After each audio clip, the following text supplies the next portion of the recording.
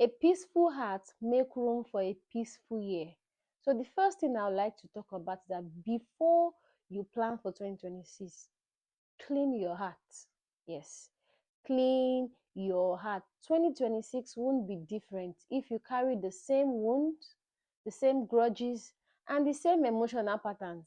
Like you still have pain, you have old resentment, you have old expectations, you have old version of yourself, you have old relationship that drains you. So you need to clear out your heart, make space for a new you. It's a new year, remember. So everything, you need to let go of anything that would hinder you or that will hinder your plan. So before you start writing out the goals, the things you want to achieve, how you want to achieve them, the first thing you need to do is check your heart. Yes, there's something every company does at the end of the year. They'll do an inventory of how the year goes. They'll take an inventory or a stock taking or whatever. We need to do that also as an individual. Sit down, check yourself, check your heart. Make sure that it is clean and ready to accommodate new things for the new year. 2026 needs space. Your blessings need space. Your growth needs space. So start your preparation with a quiet emotional cleansing. Forgive what still hurt you. Release what is still in your chest. Stop rehearsing disappointment. Stop holding on to people that don't value you, or people that drains you, or people that are not they are not adding good value into your life. Remember, a peaceful heart is the foundation of a peaceful year. And what I'm trying to say today or in our conversation is that I want us to lay a very good foundation for the next year. So if you don't have a good foundation, that means the year is already wrong. It is not just about writing goals. You need to be mentally okay. You need to have a good foundation for what is coming ahead. If this is speaking to you, stay with me. The next part is very important. The second thing I would like to talk about is decide the version of you that is entering 2026. Yes, decide who you want to be. Before you write goals, ask this: who do I want to become? Yes. What do you want to achieve? At the end of the year, who do you want to see? Remember, it is all about you. Everything you want to achieve is for you to become a better person. So, who do you want to be? I think when we are writing our goals, that should be the first thing on our list. Who do I want to be? Write it. Then, from who you want to be, you can now start taking out things or bringing out points or bringing out things you want to achieve for you to be that person. Your goals must match your identity. You want to grow into something different, something new. You want to achieve something. So your goals and your identity goes in line. Do you want to become softer? Do you want to be more disciplined? Do you want to become more confident? Do you want to become more closer to God? Do you want to become more intentional? Do you want to become more present in the life of your families and in the life of everybody around you? Don't start with goals. Start with identity. Your identity determines your habits, and your habits determines your results.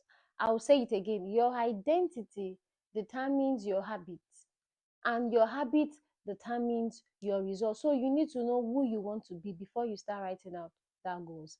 The next thing I'll talk about is three things you need to start now, like three things you need to put in place. Remember, we said your 2026 goals or what you want to be, you should start pinning, as in penning them, right? Start writing them now, start clearing your debts and start preparing for 2026.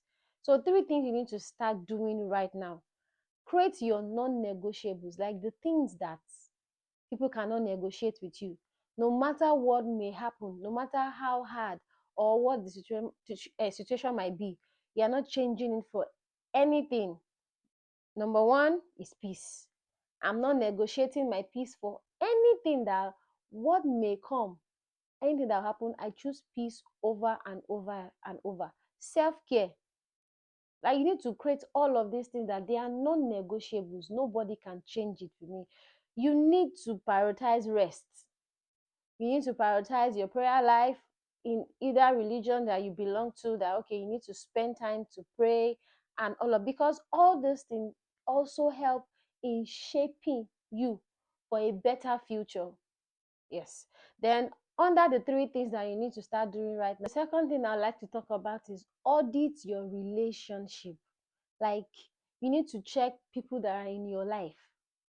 You need to know who drains you.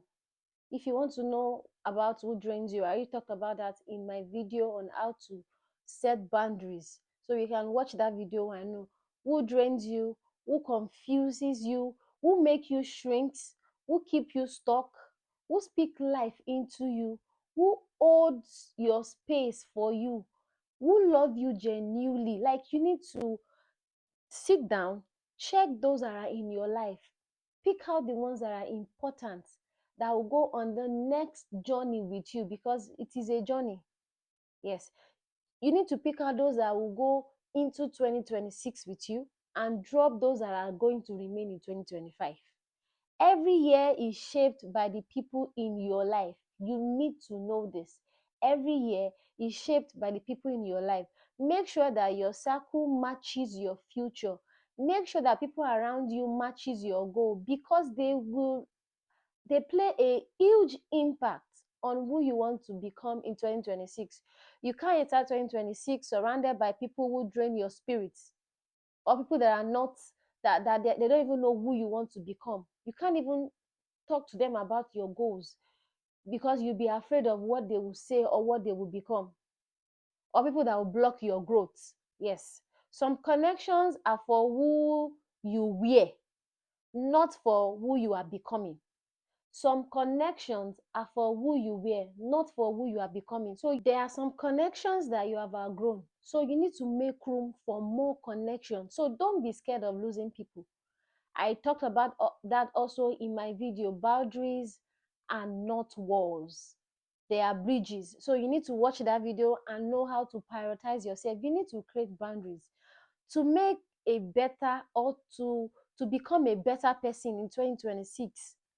You need to audit yourself. You need to audit the people around you, your friends, people that you want them to go on a journey with you. And you need to make room to connect more with people, because in setting your goals, in knowing who you want to become for 2026, you need new set of people.